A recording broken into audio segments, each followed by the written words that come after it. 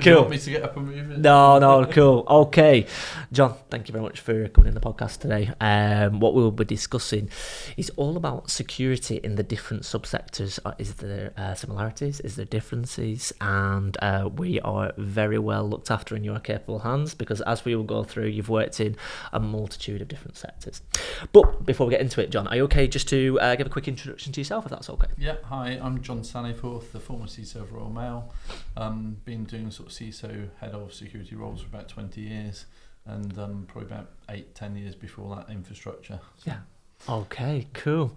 So the best way we can probably structure this then, John, is just to kind of give us a run through of your history, because like you say, you've worked in a multitude of different areas. So take me all the way back to the start. How did you get into security in the first place? So it started really when I got a young interest in cyber. In sort of really the availability, but not really realising that was what it was linked to. Yep. So I worked for Shell in the early days, Novel Networks, IBM, OS2, LAN server from Microsoft, etc. And yep. actually started off one of the first Windows domains for Shell oil trading and shipping. Okay. Back in the sort of early to mid 90s. So that's sort of how it got into it. And being oil trading, and shipping trading, it was very high availability. It was all about change management and having to talk to the traders before you actually even did changes. And even if a RAID disk failed in those early days of computing, really trying to understand what was the business impact of that and the risk of that if all trades were going on real time. So that sort of gave me like a grounding that I didn't realise was cyber at the time, or linked to availability. From there I went contracting a bit in the city, and then ended up in the Netherlands working from a sort of startup telco, but funded by all the pan-European telcos. It's one of Europe's first managed service providers for internet, telecoms and networking. Well, so let me jump in at that point then. So obviously, you've got a good number. How many years experience did you have roughly when you jumped to the Netherlands? So probably about 4 or 5 years. 4 or 5 years. Okay, so IT. relatively new, but starting to find your feet in the industry now. What was going through your head when you firstly? This is a big change. First and foremost, you started up in the UK, and then you've gone to the Netherlands. Did you have much knowledge of the Netherlands ecosystem at that point, or was it because you've said Netherlands and startup there, so quite a big change? What was going through your mind then? So basically, I met an old friend from Shell who'd actually already gone over. He bumped into me and said, "Hey, you're contracting. Would you be interested in a role in the Netherlands? I know somebody over there." So I went for an interview, and 3 weeks later ended up there. It was basically building out the Windows domains and structure to run the business from while it was starting up. And just timestamp this. When was this? 96. Okay, cool. So that's sort of, going back a few years.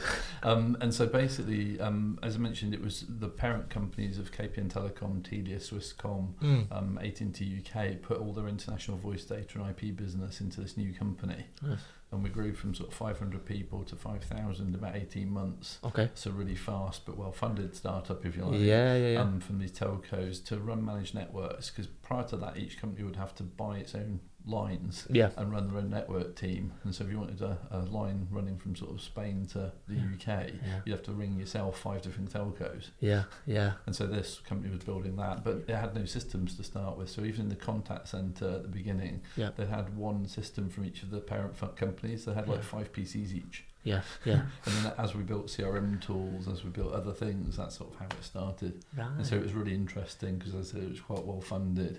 And so my role started off as a sort of project technical architect, ended up running, building out this pan-European sort of set of domains across Europe. So you could literally, in those days, we did it so you could fly to every country without a laptop and just log in. Wow. And then basically went from there. End up being there till 2002. Okay, so good little stint. Was it all contracting that? No, it was meant to be a year of contracting. Then I think turned into 2 years. And then they offered me the perm job and ended up sort of running a team, which then built up sort of first, second, third line IT support. Of which in those days sort of cyber was just part of it. Yes, an extension. And then sort of got hit by the early sort of viruses and various SQL Slammer and things like that in the early days, and just had to respond to it. We had sort of good general backup. And unknowingly we built an ITIL framework, so the Netherlands actually were early adopters of ITIL even before the UK, so sort of Pink Elephant came and audited us and people like that. And as I said, at that stage it was more security was part of the role built in. not really me thinking Absolutely, of it separate. it's been the case even just till recent days, to be honest with you. So, okay, cool. So you've jumped into this, this startup. It's absolutely grown. It's what you want in a startup to grow with it, and it becomes this exciting project. So it's. But still, cyber is an extension to IT, and was that what the culture felt like? And put me in the mind frame of yourself. It was just to be, because I basically ran the sort of infrastructure, functional areas. It was just sort of, because of that background I'd done of Shell and Shell Oil Trading, shipping, and change management and availability. And this was obviously a high availability business. They were offering services to the Shells and the ABN AMROs and the other big multinationals. I think I just built it in. At this point, sorry, John, to come in. At this point, were you even thinking you're going to go on and pursue cyber? No. I thought I was on the CIO career track. Okay. And there were sort of some early sites that sort of said, what's your route to a CIO? And one was sort of through infrastructure. But one of the big challenges for me was, because I'd come from that infrastructure background, I didn't have the business functional. Got you. So when I looked at coming back to the UK, at more senior jobs, when I was a bit young in those days for the very senior jobs, I got that feedback. I was sort of late 20s by then. Although I'd run a team of 200 people for several years. Actually, it was all contractors as well. There was only me and one other perm, 200 people. Because the parent owner became an American company who didn't want to employ people in the Netherlands because of the employment laws. Right. And so it was all about standards and repeatable processes, and therefore we could have some contractors stay several years and popped in and out. So I had to create sort of a team and an approach that meant that the processes always worked. How did you find managing a team of contractors of that size? Because it's a different cultural thing. So I've been a contractor, consultant, and a perm. I just treat people as people. Keep it simple. How they're paid and how they're funded is one thing. Some companies I know have for different reasons, ways of treating people. You can have free lunch or you can't have free lunch, but we just kept it as that. And because of course I started as a contractor, we built the team from scratch. So the company built. So I think we just inherited that culture. Organic. And then even the managers of lots of the sub teams were contractors. So obviously there wasn't a differentiation at that point. And it was really a case, as I said, to try and keep everyone focused on this is what we're trying to achieve, hiring the people with the right mindset and the right skill set. It was a very high performing sets of teams for the company. And while we ran the company on infrastructure, while the development teams and others built billing systems, built CRM platforms, because the company obviously started without these individual systems.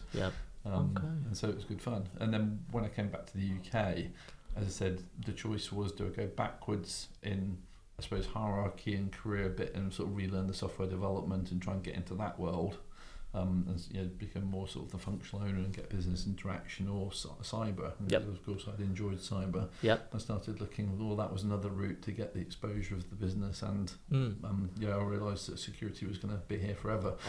So it was like, this is interesting.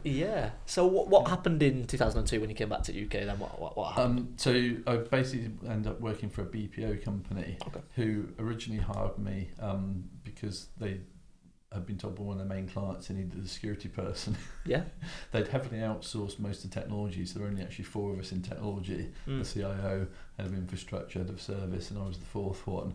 And basically then managing the outsourced partner, delivering contact centres across Europe, in the UK, but across Europe. And so basically it was like a greenfield.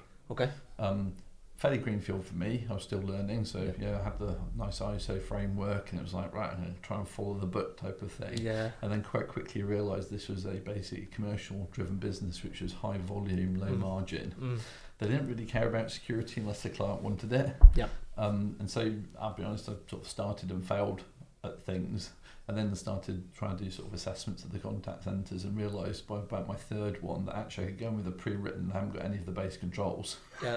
So actually all of a sudden it were pre-written audit statements and everything. Would go in and sort of change things to green with a positive statement if they happen to have something. So it was really fledgling early days. And then starting to go, this client really cares and that one really cares, but these other ones don't. So I ended up building like a framework set of policies.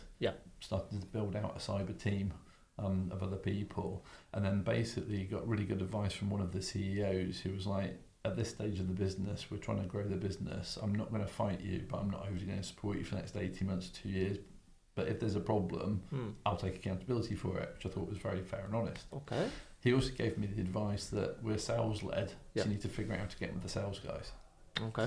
So over a couple of years of developing it and hitting this for certain clients and everything, I basically ended up with a situation where I tell the sites which were P&L responsible for their clients and their revenue, this is your status, and then I told them that I tell the sales guys what their status was, so that if they had a client who cared about cyber, the sales guys would know which site would basically eat less margin, or what they have to go back and get the client to pay for if we didn't have something on a site. Yeah.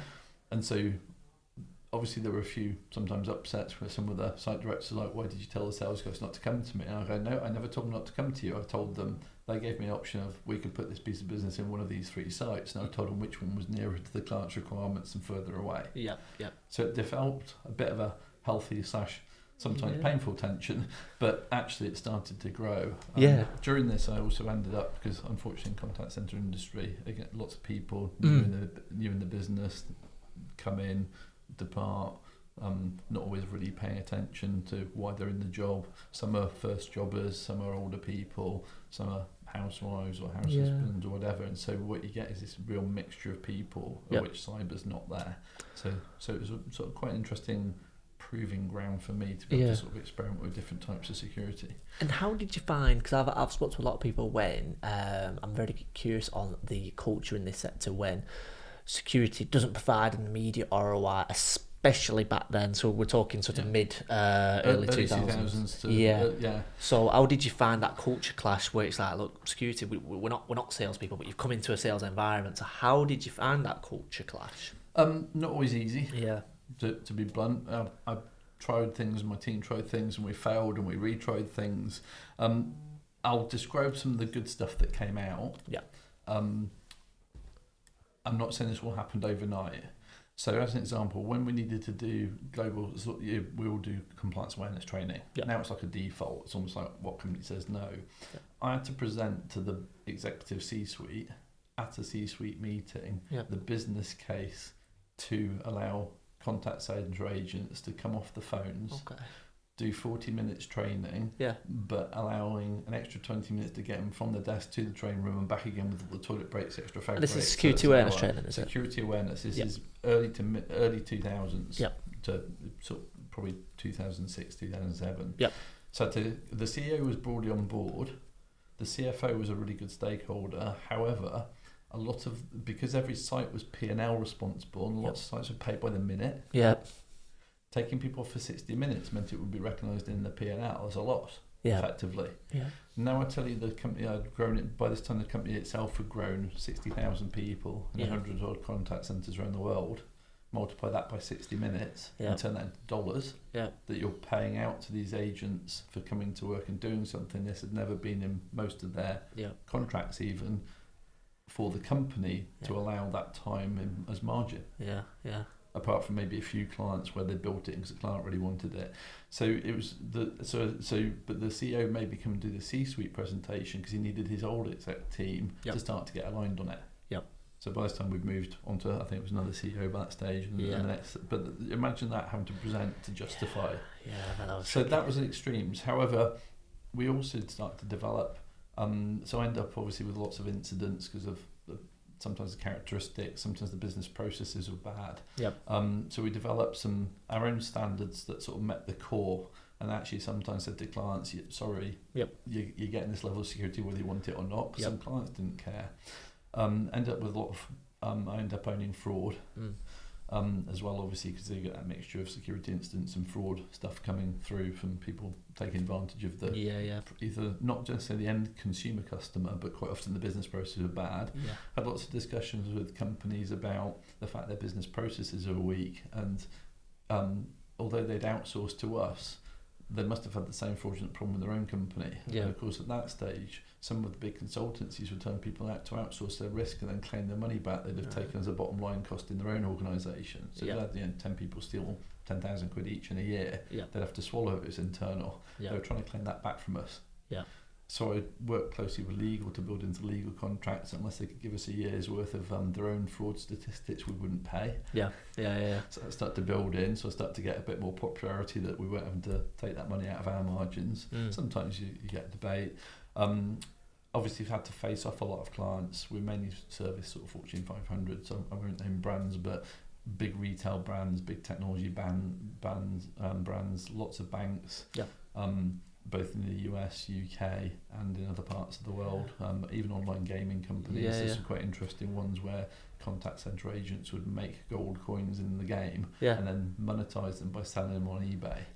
And then how do you work with the lawyers, with the HR people and everything else? How would you even prosecute that? Because have they really stolen something? That's got even bigger now. Even bigger. It's like a form of gambling, isn't it? Essentially. But so you sort of saw this whole mixture of different activities. So it gave me the full remit from how do you do awareness training. We end up in 13 languages awareness training because of attrition. Roughly sort of X% a month, 120,000 people. Though the company was only 60,000 heads. Because of the turnover, 120,000 people a year were doing our security awareness training in the end as we built it up. In many countries where it was allowed, I worked with HR and actually said, well, what's the point in training a contact centre person for 4 weeks and then doing the security test and they fail? Why didn't we do that at the beginning? So in some countries, they actually put it as a qualifier in the hiring process of contact centre agents very early. I like that. And actually, if you pass your awareness training, we'll then do your English language course, then we'll do your whatever else next, and we'll build you up. That's good that that's a positive sign of the culture now, isn't it? So just to kind of do a little bit of a synopsis on it. So obviously you've worked in the oil and gas sector, and then you moved into sort of like the Netherlands, where it was like this IT greenfield that moved into security, telecoms. And then you kind of moved into back to the UK, and you've had this greenfield, but it was security focused now. But you had some cultural clashes where it's just like, look, I've got to start this, and like you say, security is this brand new thing, and like you say, security awareness was massive, and you had the sort of clash between security awareness and cost in that environment. So, God, we've not even got into the 2010s yet. So take me what happened after this then? So I think one of the things that early job, in those days, I think most of us in the industry were grateful to get a security job. Because it was like, oh, I'm ahead of. And that's what the role started with. I think also, particularly I suppose I specialise in new functions and things, I think you often as a CISO have to take on more than what you might think is a traditional role. So in that company, as I said, it developed. I was only 10 years. I ended up running facilities for 2 years. Because there were facilities go out to the left, and not just physical security, like helping identify demographics in different cities for which types of contact centre, technical ones or sales ones. Really interesting extra exposures. I helped set up a procurement function and moved that and looked after technology procurement, not just for cyber because I needed it. I needed it to buy stuff, but also needed it for the third-party assurance part. We ended up in that company. Each year I was there, we measured how many client audits we had. So I first did my first PCI in 2006, 2007. By the end, we'd ended up with 200 different PCI scopes in this company, because one for each client, because their card flows were all different. So our auditors, how do you make that more efficient? Because we were sort of building up audit volume, and we couldn't face off as the security team all the audits, so I used to have to tell the sites, well, collect your evidence in here. We got a contract with one of the big PCI companies that would remotely just dial in the end and just collect evidence from the repositories we'd set up. So we didn't even know which sites they were auditing. So as we built this over a few years and the volume got bigger, by the end we were getting between 400 and 500 audits a year. Across the world. So there might be HIPAA audits for the US medical, there might be PCI audits, SOC 2 audits, ISO 27001, all for different clients. I had one building in the Philippines that had 20 audits a year for the different clients. So one zone or area had PCI, another one might be ISO 27001 for a bank, another one might be for a US company, so it was SOC 2 type 2s. So it really gave that, how do you create the frameworks? That efficiency helped us get the business much more on board then, both the operational side as well as the sales side, because we could turn it over. We then integrated what they'd like in the contact centre world. We all like as consumers is consistency. So we ended up integrating with our colleagues in the quality area. Okay. So 9001 and 27001 became obviously a combined management system. Was that was quite new at that time, wasn't it? Am I right in thinking? 9001 was ancient. No, but 27001. 27001 as it built up, more companies were using it, and obviously the regulators, wherever they're on the world, typically frameworks of regulation and quite linked to 27001. Obviously NIST is a lot newer in relative terms. But what that meant was we could have the same management system cycles. So we actually then worked with the BSI and got a bit of an integrated, like a PAS 99 framework. We integrated the ICC, which we had clients that wanted the electronics industry code of conduct. Again, it's that, how many times can you tell someone how to wear a badge? Is what I often use in the analogy. Because so if you wear the badge, whatever the wearing means to your company, you might satisfy 6 or 7 requirements. So we took that ethos very much about how do we manage client requirements, how do we manage different regulations in different parts of the world, was and so this creating real common solutions. To put this in terms of the timeline, was this real opening for the governance side of the role? Was this where it was like, right, Christ, like cyber's here now, it's here to stay, and with the not the birth of GRC, because obviously it's always been bubbling away, but was this the explosion where you're like, right, see, cyber's happening, it's breaking away from IT, and this is becoming its own entity now? Look, my second day in that company, I was sat in front of a bank. Trying to explain our cyber, and I was the second day in the company. So because of that client, the clients were giving away their consumers. You think about it, you outsource to a BPO, a contact center company, they're now talking to your customers. So banks and some of the more mature industries, even back in those days, were more interested in understanding what was going on.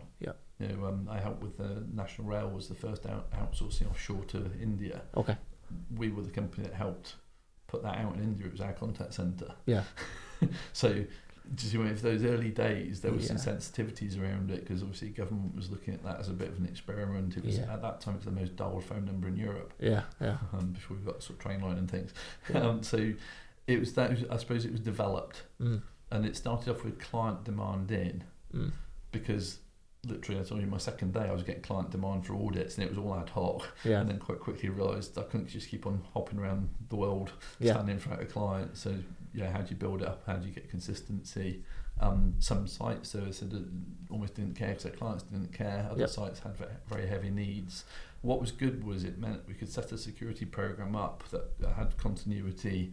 I said security that meant, say, in India, where they cared about availability a lot, you have like 3 generators, 3 UPS platforms for power outages.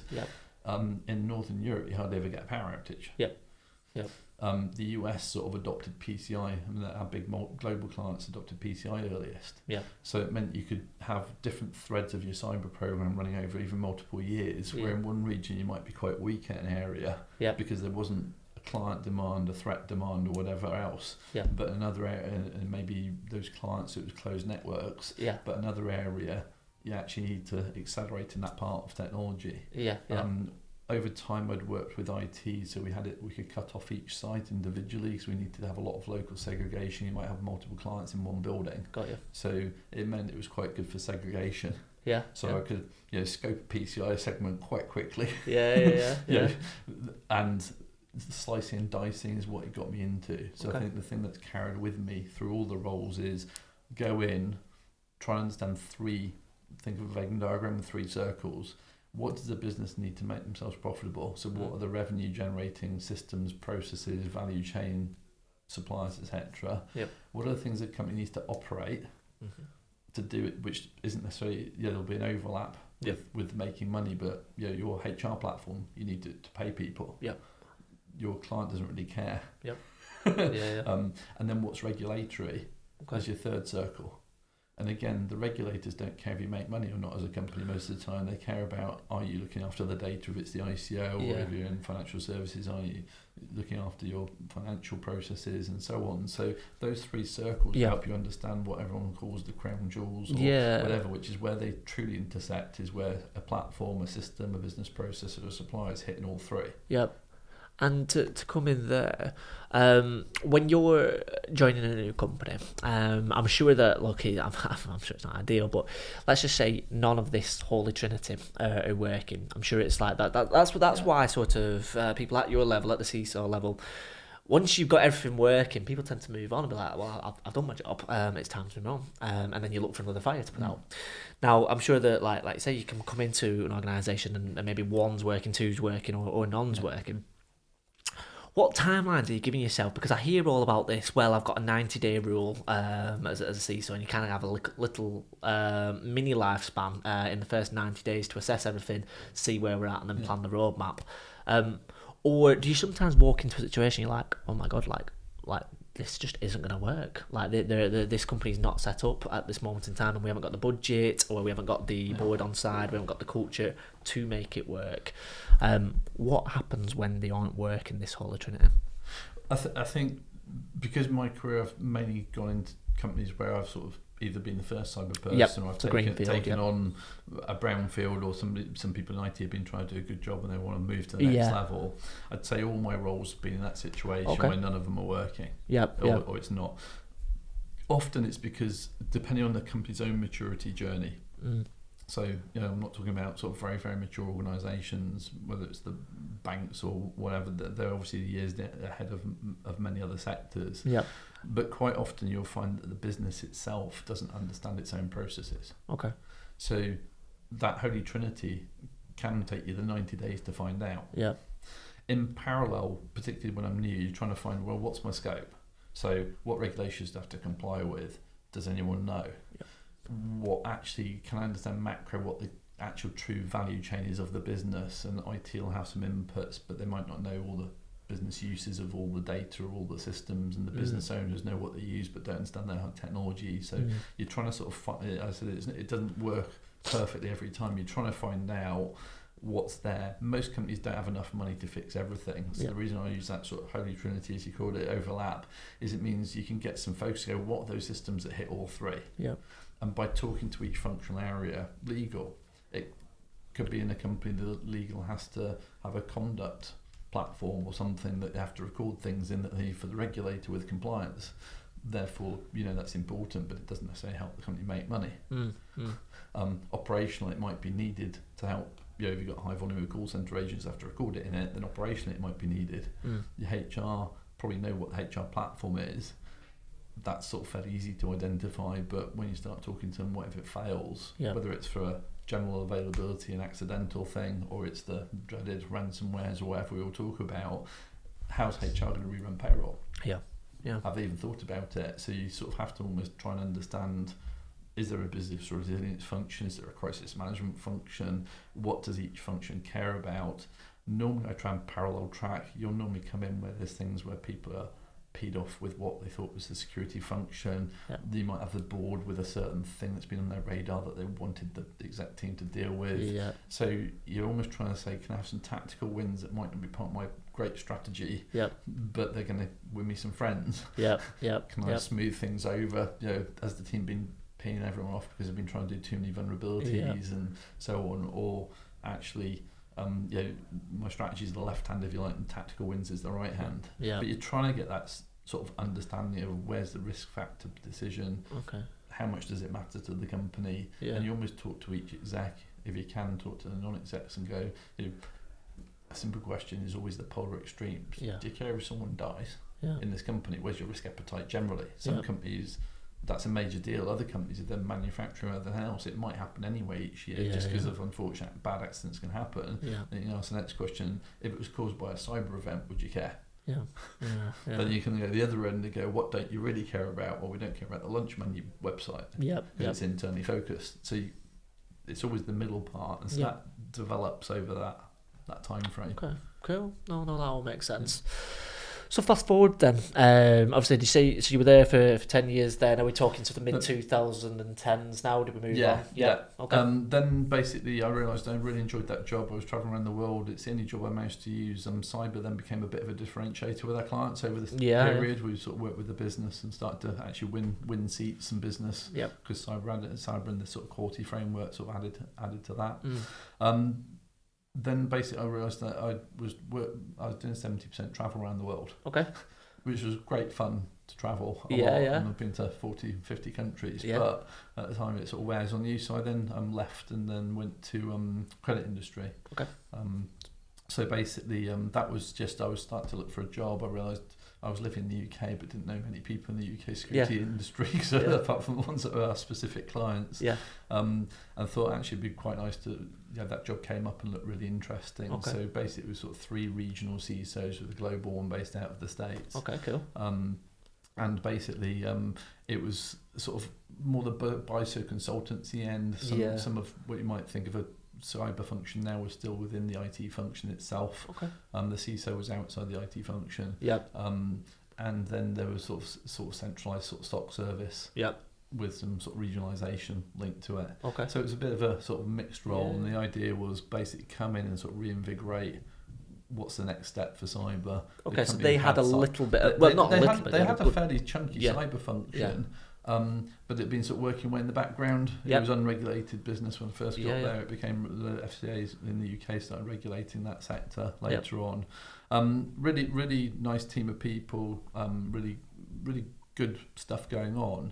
And then basically my boss was US. He left, and about 4 weeks after he left, there was a major data breach in the US, which is public. It's convenient, isn't it? I mean, we chatted before we went about what can happen and stuff, but they have short notice periods in the US, so that was just literally that was it. So my poor colleague in the US, who was the US regional, we didn't have a new boss at the time, had to lead his bit. Because of some of the laws of disclosure and things, we didn't. I knew something was going on, but I didn't know what it was. So we then got told. So I'm then sitting at 4 a.m. with corporate comms and legal, writing an English version of the press statements that went out on the BBC and things that morning. And then we had to run a full sort of IOC check breach response for the regions that I was responsible for, which was UK and Europe. Simply because that industry gets all its data sort of almost for free from the banks and insurance and government, and we had to demonstrate that we hadn't been breached and nothing had been stolen. So it was a good experience and a bad experience in terms of it was a very public one again. Hey, look, when you get in security, you know that it's, you'd be very well to go through your career without something like that happening. Do you know what I mean? So so that's quite a change for you as well. So you come into the credit industry. You come into perhaps a project that's a little bit more further on than your previous projects. But by then I was obviously matured the CISO. I was still learning, but it was sort of been there a while. So it says maturity there was quite strong in the end. But you're right, a totally different industry sector.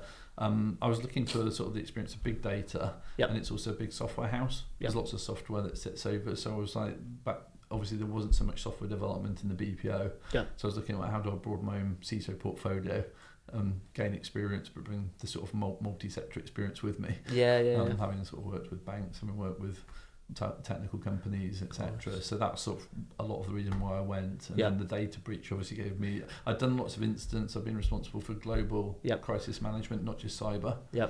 So I dealt with earthquakes, shootings, cyber events, individual frauds around the world. Multi-country. I'd set up the frame, sort of gold, silver, bronze, sort of by site, by country, and by region. And global. So I owned that for quite a few years. So that whole concept of something bad that happens, that sort of got ingrained in me. Water off a duck's back at this point for you, weren't it? And then from there I went, left there because they bluntly that post the incident, and they changed the sort of business model. Sort of centralised more cyber, which is probably the right thing to do for the company. And just there wasn't the right role for me. So I then went to a smaller. Just unpick that for what you just said there. Wasn't the right role for you. So basically the global role, and they basically posted breach. Many companies go, and I wasn't. This is 10 odd years ago, 8 years ago. So I wasn't at the level I'm operating there. They went out to market and hired a very senior CISO, which was the right thing to do, and his strategy was a more centralised cyber function. Which arguably, bear in mind the historical, what was there and maybe what had happened was probably the right thing. But that was also then based out of the US. So the nice thing for me is many of my direct reports remained in the company, actually became the global leads for their functional areas. Several of them are still there, so that was positive. So we were doing the right thing. The calibre of people we'd hired and put in those roles was obviously the right one. So that's nice. But as they're moving forward a bit more, basically then looking around for jobs, as I mentioned at the time, and thought, oh, there's a small company here. Yep. In the financial sort of credit card space. Okay. That needs a function, that approached me about it. Yep. I looked at the role and thought this would be quite good fun, going back to something smaller. Yeah. That you can do in a few years. Back to your point about time frames. Yep. Bad analogy. But basically, think of it as a small boat versus a big boat. You know, Yep. the proverbial oil tanker. So large organisations, very mature organisations, organisations that have maybe really grounded business processes, take a lot longer to steer. Yep. As well as distribution, complexity, etc. Small companies that are setting up, growing, starting young in themselves, and if you like more, I won't use the dreaded word agile because I think it means have agility in the way they act as opposed to being agile development. Because it wasn't at that stage. Basically, that I thought, actually, go in and create a set of policies, get a structure in place, set a strategy, and off we go. And that was basically what that was about. So that was the smaller organisation. Can you do the whole framework? I've done the tenure job and then being a sort of bigger ship in the credit industry job. It was like, oh, that'd be quite fun to do that. I was sort of two of us started cyber and then grew a bit of a team, outsourced services as well. The company was moving into cloud, so they got to develop sort of the full build from the ground up using code. Nice. Even the sort of DMZ concepts and all those. It was early days. One of the firewalls that were being sold by the particular vendor was that we found out at that point with the vendor and the public platform provider that actually it couldn't be coded at the time, even though it was told us that. So we worked with them and got through. So it was good fun doing some sort of new stuff. Nice. And so that was there. They didn't have PCI when I got there. They were VC backed as well, which was good. And we put that in place in a short period of time. That was one of my first objectives. So back to that gap analysis, it was like, we need this. We don't have it. We've got a bunch of credit card users. We need to get on the journey. And so it was a really good achievement to put PCI in place in a very fixed time frame with sort of the executive team and everything supporting. So that goes back to the other question. The company was not necessarily ready for full cyber, but they knew they needed it. It had very great sponsorship from the executive I reported into, and therefore we were able to drive the necessary sort of business and technology changes to sort of achieve the date, which was one of the business objectives. So they say it depends. Some of you are more hard selling, some of you soft selling. Sometimes you're in the sort of this funny middle ground. Absolutely. And then from there, I was approached by another company which is in the gambling sector. Okay. And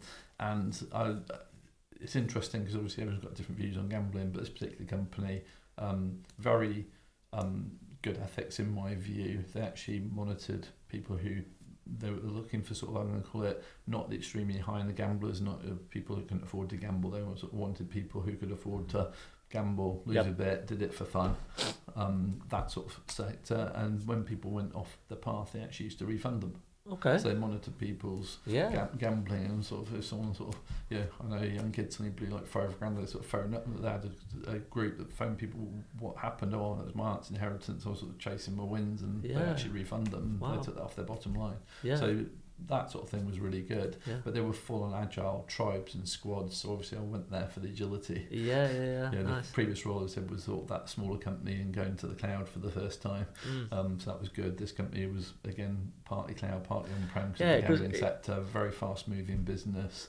As an example, you couldn't put IPS on intruder protection because after a gambling event it looks like an attack. So you get after the Grand National, you might get 30,000 people trying to log in a few seconds. So you had to sort of think differently, but also highly regulated KYC. Know your customer type of things, because obviously you can't have underage gamblers. You've got that sort of end. You're obviously holding things in people's wallets because people are storing their winnings there to certain levels, and then obviously you've got high availability because the only revenue stream was online. No shops. And that's nice change. And I understand that. Even listening to it, it's like it's nice, fresh and change. New technologies, new tech stacks, new policies that you need to be aware of. New sector. That sounds really cool. Like you say, like just the amount of like payment transactions that are going on with like per second is just logins to do their gambling. And I'm sure that backing that you've had sort of in previously with all the experience you did with fraud, obviously in the early mid 2000s, it all kind of comes to fruition. But now in this new agile sector, so it's really good that experience. And so how did that sort of come to an end? The gambling. So basically, the company was then purchased by a US company. Okay. So we actually put US SOCs into an agile process. Okay. Which was because you get the whole segregation of duties concept. A developer can't possibly launch their own code, and the agile, if you're doing it in the right way, and there were checks and balances. So we had to explain to the sort of various big four auditors, this is how we have the right balancing. It's the same human being, but in that role they're writing the code. In this case, they're launching it because they're also the same agile team that supports the code. Yep. Got you. So that was quite an interesting journey. Yeah. And then that company got purchased again, and the head office was somewhere else, and the role was something else. And then I was going to, you always sort of see which side of a merger and acquisition are you on, and what could happen. And then I was approached about another job, and I was like, I could gamble staying here, and maybe not have a job as the company gets merged more. How long have you been there at this time? 2 years. 2 years, okay. So it was good. We did a lot in that time frame. Yeah. We integrated into sort of the Atlassian platform. We integrated into the asset management. We'd refeed vulnerabilities automatically back to each squad. We'd close the vulnerabilities automatically if they were doing regular patching. Yep. So by doing that and linking the asset management with some sort of key factors of, was it public facing, how sensitive was the data, how important was the system, we were able to basically prioritise vulnerabilities. We did like a lighter weight version of CVSS3 concept. So obviously a lot of the tools give you a CVSS2, but it's quite a lot of manual processing, and obviously you're again building a fast moving company. We automated a lot of firewall rule approvals because once we knew where the asset was and which zone, a lot of them linked to test or test dev or pre-release and so on. So we're able to start to remove more of the manual processes of checking firewall rules and things and automating. So some really good stuff. I won't say it was fully frictionless. At times we had different challenges. People who've been used to sort of do what they want in some areas, and we were sort of trying being what's the appropriate sort of balance. But I think overall the team really sort of worked together. We had a policy working group where members from all the tribes could basically work out to sign off all the security policies together. So we even rewrote text, and we're going, well, if that wording doesn't make sense, then let's change the wording as long as the underlying intent. And so we actually then ended up with some teams saying, this wording works, we've actually deployed it, we'll teach the other teams how to do it, so without cyber even involved. So it was probably really some sort of satisfying things there. Definitely. So obviously, are we heading into sort of like the early 2020s now? Yeah. So what's happened in most recent years? So basically, most recent years, they moved into a telco. Mobile telco. Back to where it all began? The other one was fixed, this was mobile. Right, okay. And this was because of the UK Telecoms Act was coming out, the Telecoms Bill. So it was pre that, it was trying to understand, again, sort of setting up a cyber strategy, and how does this company then head towards meeting this cyber bill. That was really interesting, again, setting up sort of a newish centralised function. Taking people or activities from different areas and trying to build them into aim. There's the strategy. In parallel, working with the mobile network engineering teams.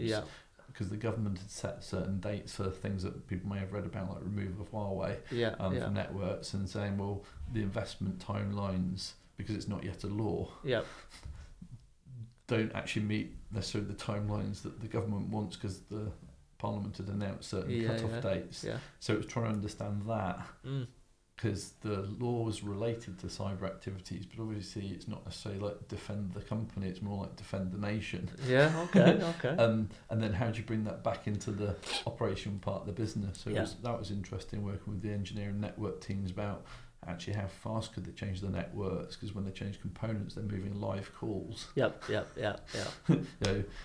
so how many weekends were there in a time frame where they could do change versus the legal drop dead, versus then talking to NCSC, talking to the regulators, talking to the sort of government about what's workable, and is there a more macro risk to rush at it for the country, and therefore losing calls for real public that might be really important, therefore have a more impact that way, or versus say a purely internal risk that you're doing. So it's a really interesting role and company. And then it was just one of those where I think the direction of the strategy, where it was going, was the right thing, and then if I'm honest about it, just my circumstances changed. The company wanted sort of more days in the office. I was living a few hundred miles away. I was going to do it actually, and do it for a year or two because it looked really interesting. Just the last job I had, the Royal Mail one, came up. Yep. And it's one of those sort of talk with family, write things down. Yeah. Both really, really good jobs. Yeah. And just had to make a decision.